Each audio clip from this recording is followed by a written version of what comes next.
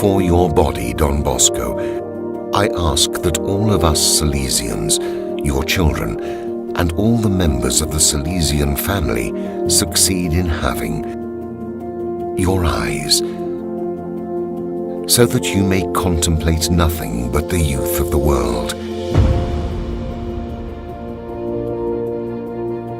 Your heart,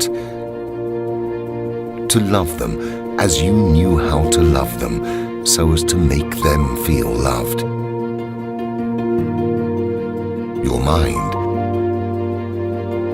full of apostolic imagination to meet their needs and expectations.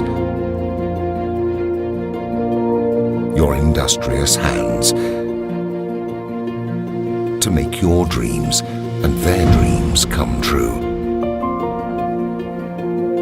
Finally, your feet, to meet them where they are.